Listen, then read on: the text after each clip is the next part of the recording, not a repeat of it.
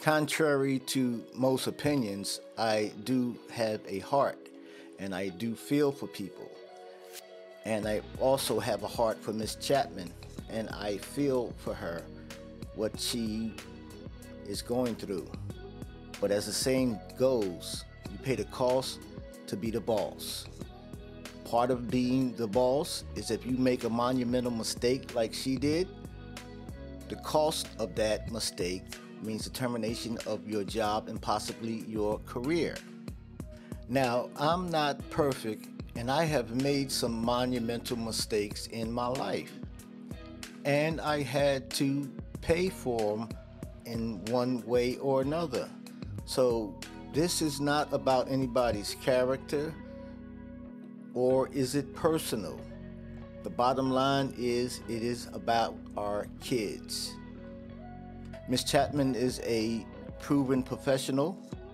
She's educated, but she made an unforgivable mistake if found guilty of all the charges. Now, I do not know her personally, and from what I've told, she's a very sweet person. But when it comes to our children, I draw the line. So Miss Chapman needs to step down and try and start over again. However, the other co-conspirators in this saga, my words are not so nice. They are trying to make it about race,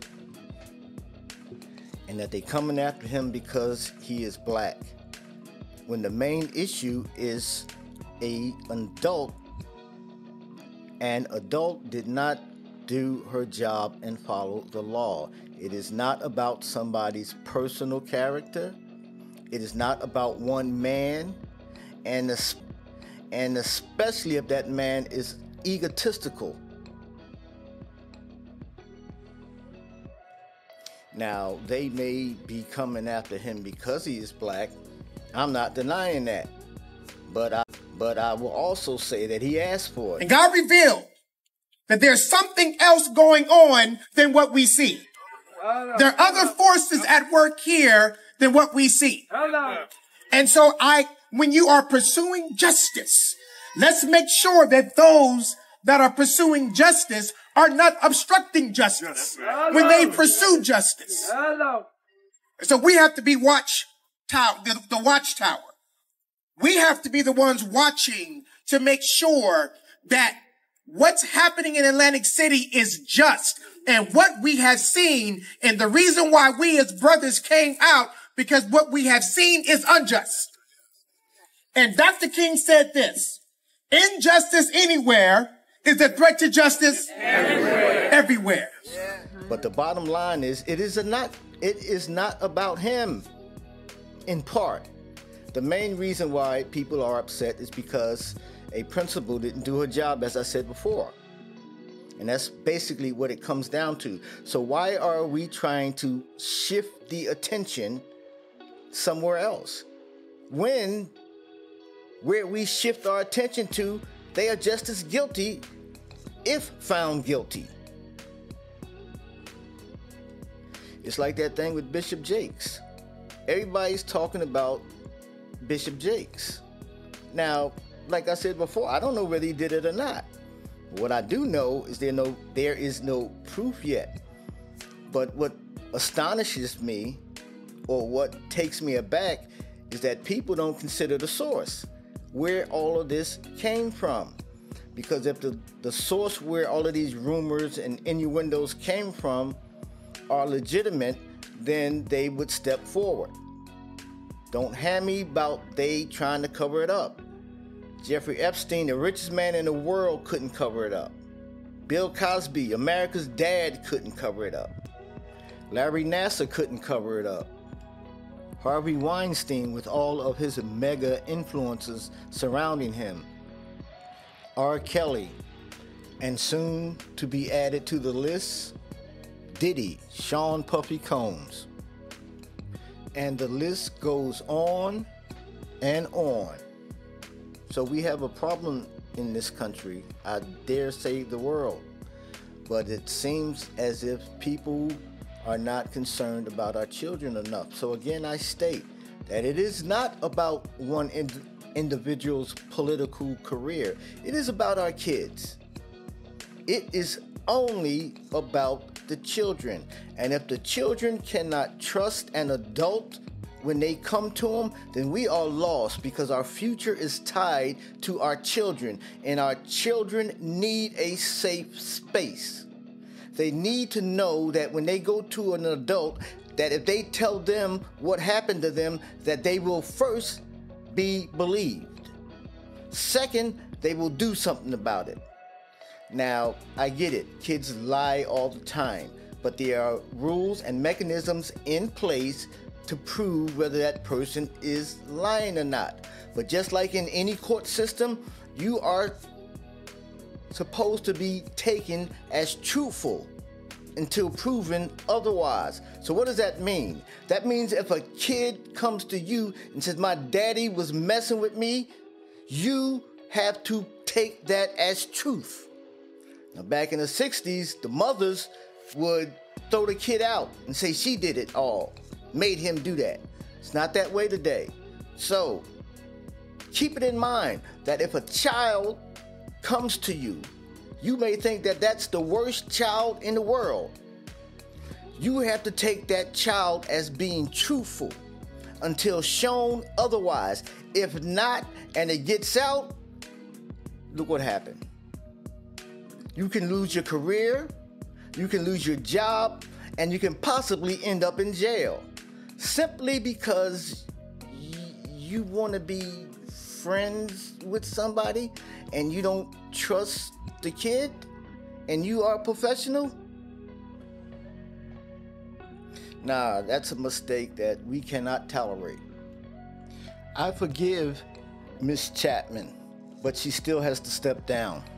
She made a mistake that we cannot permit. What I cannot forgive and will not forgive is a professional getting up and co-signing child abuse as if it was a badge of honor. You have no soul when you do that.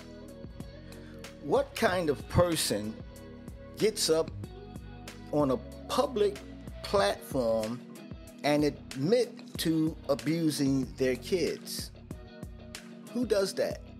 Well, we don't look at abusing our kids the same way everybody else look at it.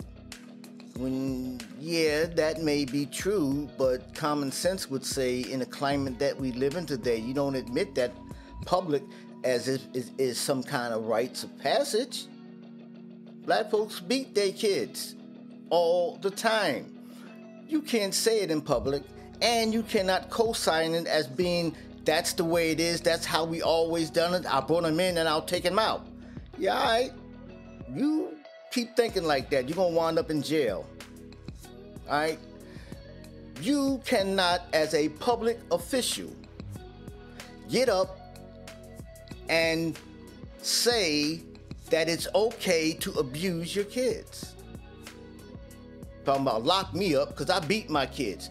Well, you might get a knock on your door and they just might lock you up for you being so stupid as to admit to something like that. And to have the temerity to say that these types of issues should be kept behind closed doors and it is a family matter. That was the prevailing view during the 60s and 50s. Grow up. The law will take care of Miss Chapman, and I honestly do wish her well. But these other guys who have co-signed abuse, who got up and made public declaration and admiration to beating your kids with a broom, knocking them unconscious. You co-sign that, and you are charged with our civic honors for you to serve us, and yet you get up in a self-aggrandized, a self-pleasing hero worship against our kids. Those are the ones I'm upset with, and I am so disappointed in Kaleem Shabazz, and I like him personally. But my man, you let me down.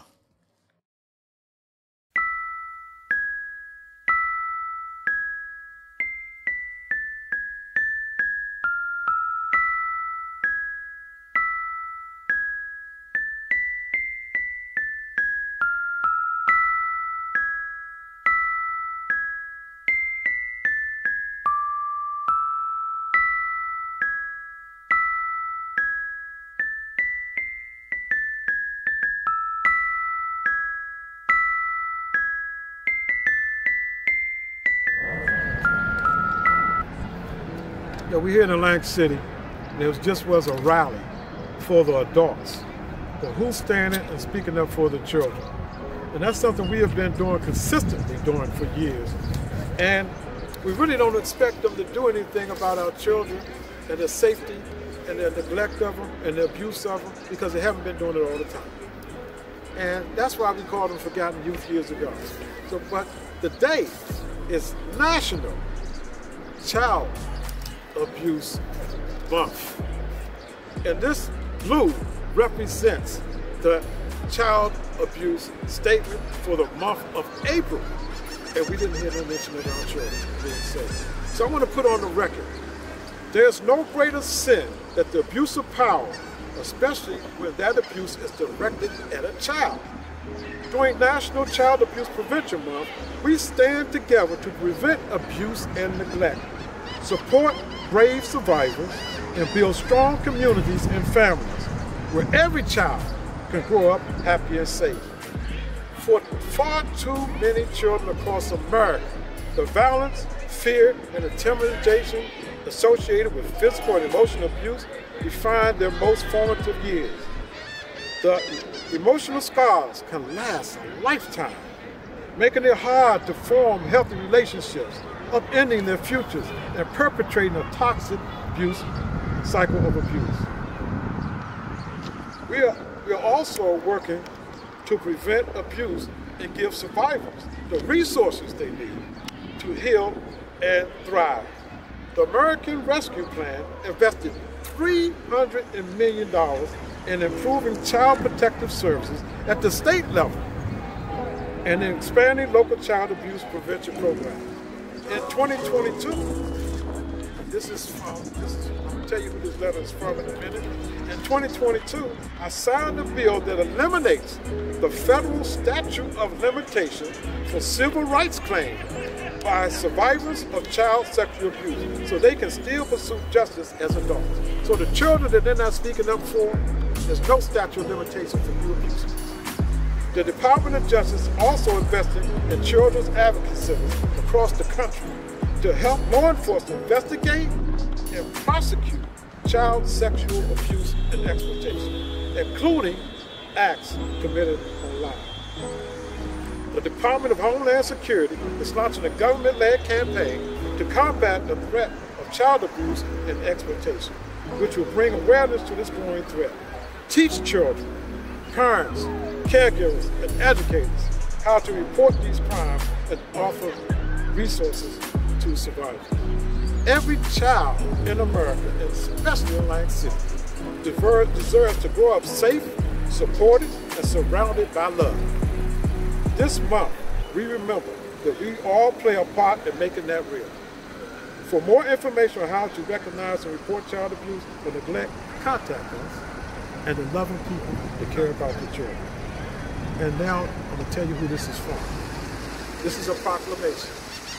And it says, "Now, therefore, I, Joseph R. Biden, Jr., President of the United States of America, by virtue of authority vested in me by the Constitution and the laws of the United States, do hereby proclaim April 2024 as National Child Abuse Prevention Month.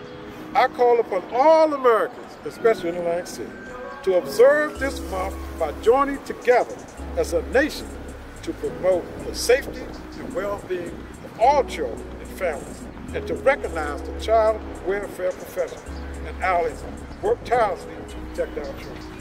Let us all honor the strength and the resilience of survivors of child abuse, especially our children. Thank you. And this is from the President of the United States, a proclamation for this month of child abuse.